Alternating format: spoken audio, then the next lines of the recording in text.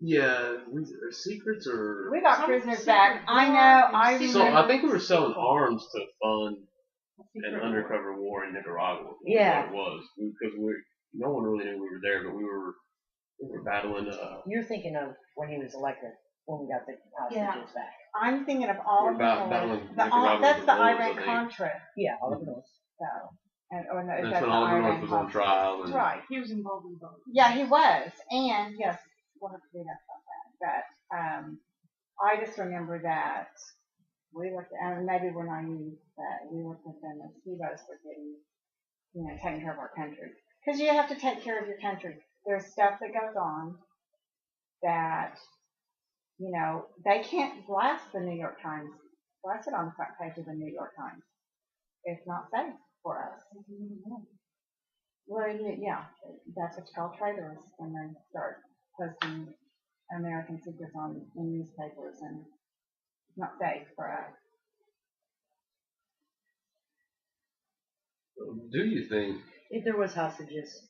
There was. Heck, and then Iran's holding the hostages in 1980. His administration secretly sold weapons to that country. For the release of 5 Americans being held in Lebanon.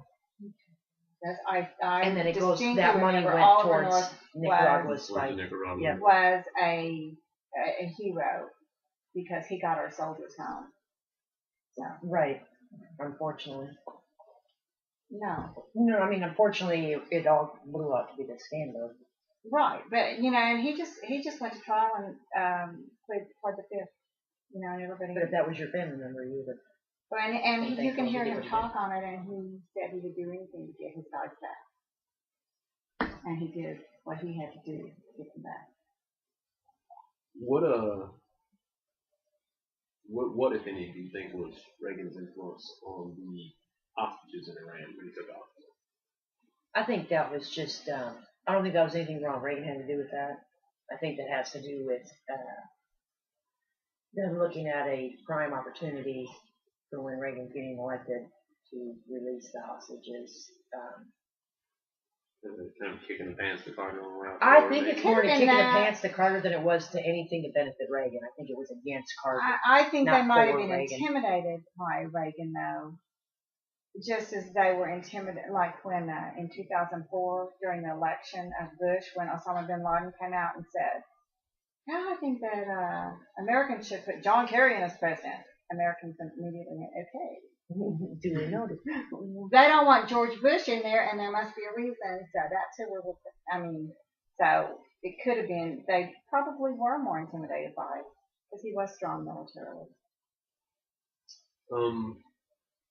What are your thoughts on the assassination attempt on Reagan?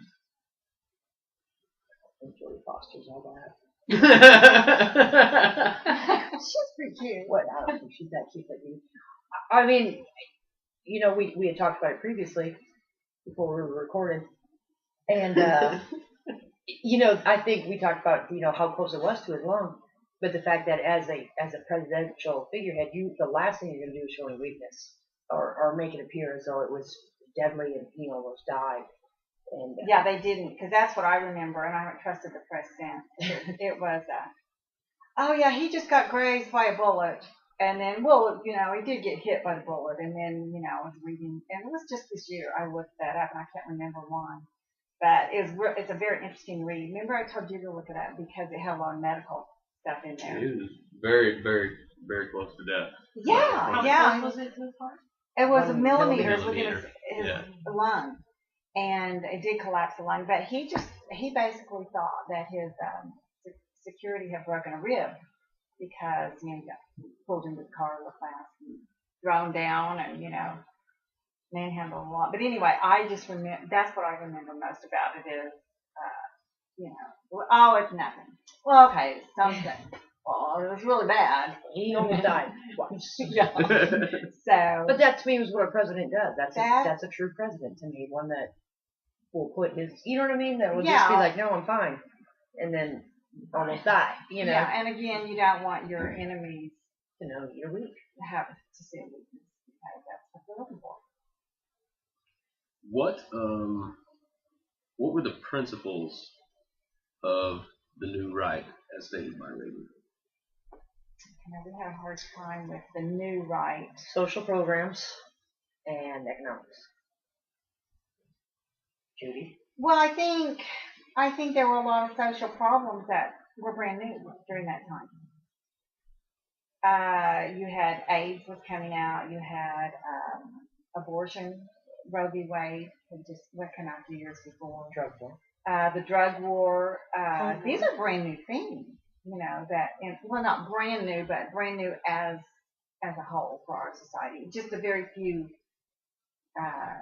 bottom end we're dealing with these. And so I think Reagan too brought in a lot of people who weren't maybe necessarily Republican or Democratic, maybe libertarian. He had to address them. And he had to bring, He simply had to address those things when other presidents could just, those weren't problems that most day to day people had to deal with. So he had to address those problems. And he did it just straightforward. Bipartisan, bringing people in. From what I've read here, it said basically his objective was to combine two major segments of American conservatism, the social conservatives and the financial fiscal conservatives, into one politically effective whole. Now that makes sense. Did you say defective or effective? Yeah, now that does make sense. But like I said, we had come out of the 50s was a few years before that, but I mean the Beaver Cleaver family. America was the Beaver Cleaver family, and then all of a sudden, became the Roseanne. By the time that is exact truth. By the time Reagan hit, these social problems had really come to the forefront, and you couldn't ignore them anymore. You couldn't pretend like they weren't. No, and he couldn't afford to just say, "I'm going to have my conservative people that follow me be on board, and we're going to be successful," because that would not have worked. We're going to bring. He had to, he had to bring in everybody and say, look, if we don't all work together on this, we're going to fail. We need everybody on board for this country to go in the right direction. I just think he was good at actually addressing them instead of just, sweeping them under the rug like I had before.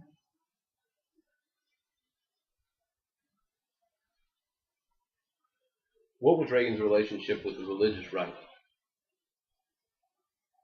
I don't know. I didn't hear much about it, but from what we've read, okay, that's live. But what we talked about earlier was that he brought those in too as well.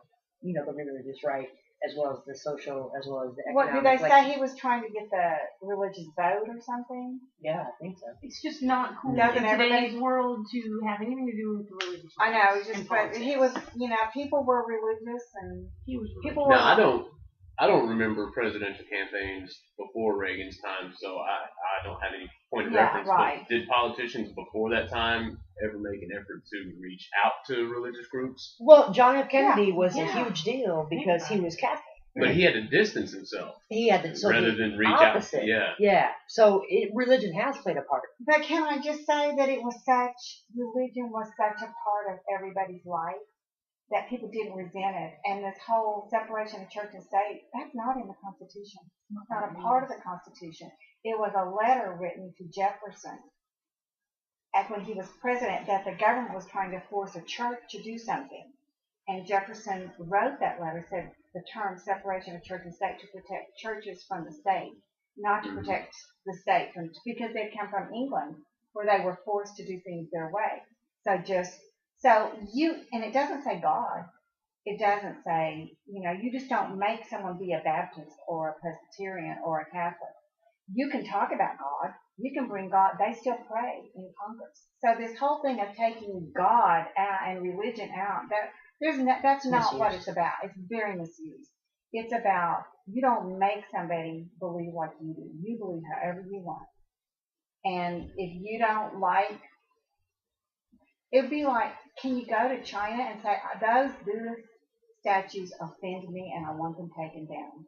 That's just ludicrous. You can't tell somebody else to take something they like down because you don't like it. When do we have the right to not be offended?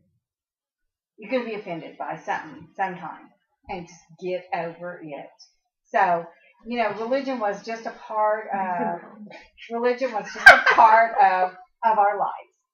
And now they have made religion a dirty, awful thing that you can't can't get involved in. And it's just it's part of life, you know, and it's an awful thing now, and it just was part of it back then. So I don't know, and I'm sure they went for the Irish vote, they went for the, you know, now they're going for the Mexican vote and the gay vote, and you know, they've got it down. They cover all your bases. Yeah.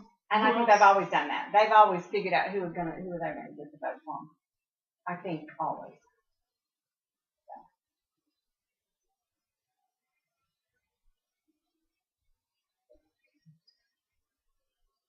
No, you laughed at me, and I don't know why. It was cute. Because you get passionate. I I'm love that. passionate about it. It's ridiculous. Last question.